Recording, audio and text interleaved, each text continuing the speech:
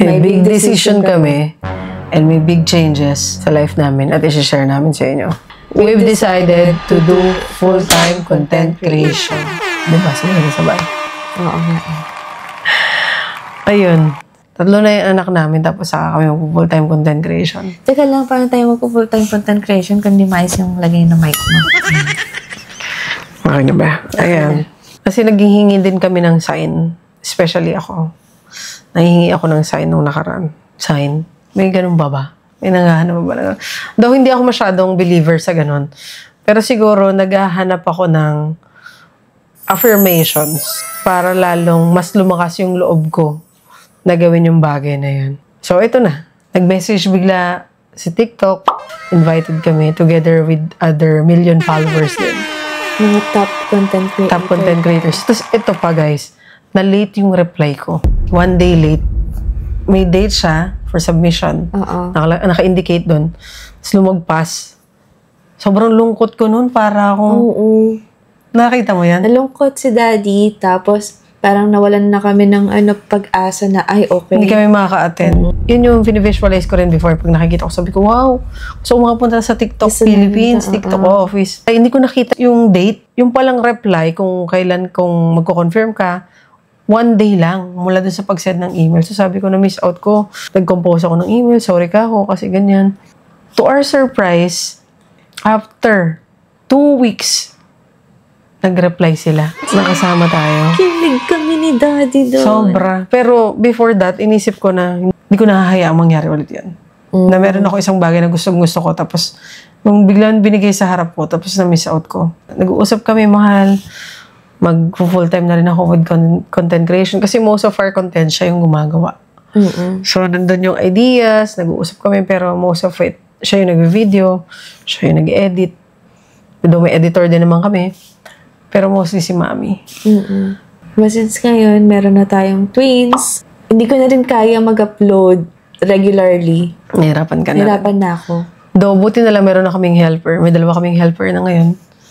Parang sakto lahat. Pero mo yung from TikTok PH na nabigay yung sign, tapos meron tayong helper na parang, hoy, gawin nyo na. Parang ganun, kumakatok na sa amin, hoy, gawin nyo na. Mag-full-time na kayo. Gawin nyo na yan. Hindi yung pagka-trip nyo lang. Gawin nyo. Tapos, walang sistema. Oo. Grabe. Sobrang excited kami ni Mami kasi, ayun nga, bibigyan na namin ng mas time, disiplina. Ko alam, hindi ko ma-explain. Basta sobrang excited ako. Ako din, kasi a lot of you guys are requesting talaga sa daily vlogs with kambal. Tapos, hindi ko mabigay. I'm sorry. Tapos, alam ko yung pag nabigay ko sa inyo, may excited din kayo, magigigil din kayo. Yun yung gusto ko eh. Diba? I-share namin sa inyo every milestone ng kambal. Sisipagan namin. Kailangan namin magsipag. Kailangan namin magsipag. Kasi sinabi na namin na full-time kami. So, dapat, ako naman, it doesn't mean naman na syempre ito na lang yung ginagawa ko.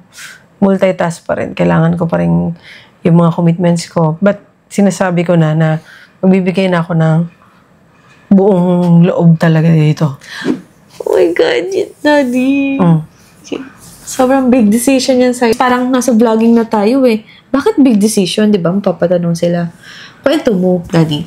Kasi, ayun nga, magpo-full-time tayo. So, lalagay ko siya sa number 1 ko.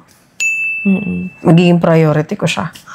Kasi, ayun nga, more of reason na gusto ko kasing kasama sila. Gusto kong nasa tabi ko sila. Kasi before, wala siya sa number 1. More of number 3 siya, 4, 5, ganun. Pag galing ako sa sobrang daming trabaho, sobrang dami kong ginagawa, tapos pag-uwi mo sa bahay. Pag-uwi ko sa bahay, sumublog kami, parang wala na akong energy. Siyempre, na siya eh, pagod na siya, dami na niyang ginawa. Minsan din na kayo makakagawa. Tapos ang dami mga nag-message, nami-miss nila, di ba? Oo. Guys, para sa inyo rin to.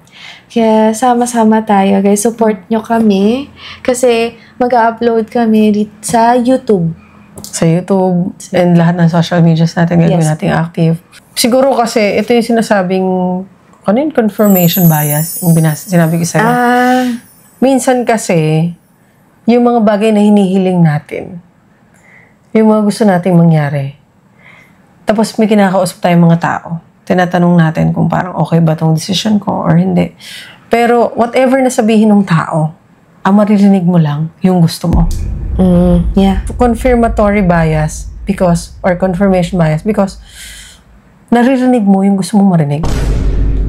So, let's say, sa akin ngayon, nasa realization ako ng life na I want to be happy. What will make me happy? Family makes me happy. So, kailangan kong makasama sila. Kailangan puno ako pagkasama ko sila. Hindi mainit ulo ko. Hindi ako pagod. So, yun. So, yung lahat ng nangyayari sa paligid ko, feeling ko, kino-confirm na. Feeling ko, sagot na ni Lord na, yes, gawin mo yan. Para sa'yo yan, tama yan. Which is, dun yung nag-a-apply yung confirmatory bias. You see what you want to hear. Okay. So, parang ikaw kinompliment mo ako, ang ganda mo nga, kasi ang baho mo naman. Pero sabihin ko, ay, ang ganda ko daw. Shucks. Yun na yung narinig ko, pero hindi ko na naisip yung iba. Parang ganon. That's why, di ba kung mapapansin nyo, may mga kausap kayo minsan, ang dami ko sinabi, tapos pero siya isang naintindihan na parang, like, kung doon siya nag-focus. 10 yun, tapos may sinabi kang isang negative. Yung isang negative lang yung narinig niya. Kasi, meron na siyang nasa loob niya, nakaprogram na siya before siya humarap sa'yo, ito yung gusto niyang marinig. At hinahanap niya lang yun sa buong pagsasalita mo kung saan niya huhugutin yun para ma-confirm niya yung gusto niyang point of view. Ayun. So, sa vlogging, paano mo na sabing confirmatory bias yung ginawa mo? Naghahanap ako ng confirmation. Bias ako. Gusto ko na kasi talagang gawin to eh. Number 1 yun. Gusto ko mag-focus sa family. Gusto ko to. Masaya ako dito. Naghahanap ako ng lakas ng loob. Parang yes sa paligid ko. So, nakikita ko yung mga yes. Bakit ako nakangiti? The whole time na nag-aan si daddy. Kasi feeling ko, pinapakita mo ngayon kung ano yung nararamdaman mo. Talaga ba? Tingnan mo, nakangiti ako. Kanina pa ako nakangiti. So, yun. I love you. I love you. I'm so happy kasi ganyan na yung nararamdaman mo ngayon na hindi niya pinupush yung i-stress yung sarili niya sa mga bagay na kailangan niyang gawin. Choose your happiness also. Thank kasi you, sobrang so, I choose you. Sobrang hardworking ni daddy. Sobrang dami niyang iniisip, sobrang dami niyang ginagawa, sobrang dami niyang iniintindi. Sa totoo lang. Kaya happy ako na ngayon, sobrang laking step na to, na ipa-priority niya to. Kaya nga, big changes, big decision. Priority ko naman sila mami, yung buong family. Pero again, itong content creation, nandun siya before sa nasa list siya. So ngayon, lalagay ko siya sa number one. So guys, yung support nyo. Magpa-podcast na rin gawin ni mami. O, diba? Ikaw lang? Ano sasabihin ko gawin dun? natin yun, malay mo. Sige guys, basta support nyo na lang kami. Mag-podcast, tapos gawin natin yan, kung ano mga pwede natin gawin. Yes, fam. Kasi nandiyan naman kayo. Basta sabi nga ni mami, choose your happiness. Yeah. Kasi sa buhay na to, yung pera, yung fame, yung career, hindi yan yung success. Walang tatalo sa happiness and sa success.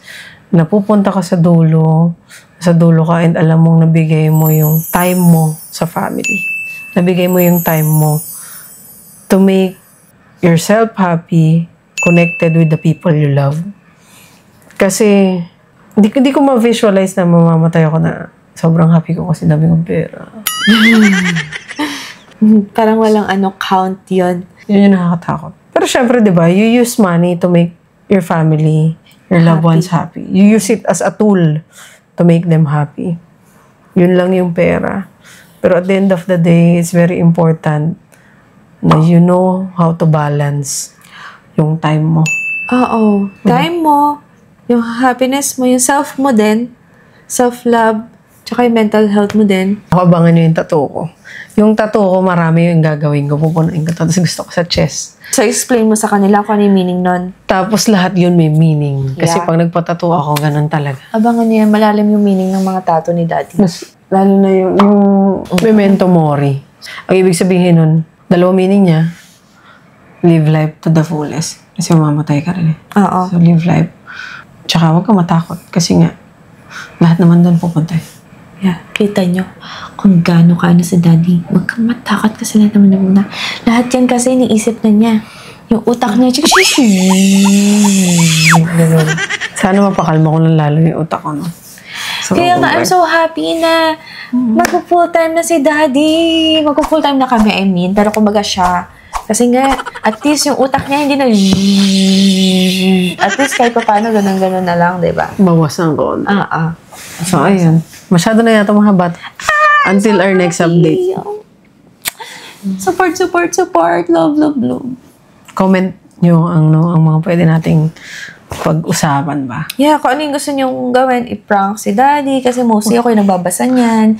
Pinaparating ko lang sa kanya. Kaya, i-prank natin siya. Let's do it. See you, fam!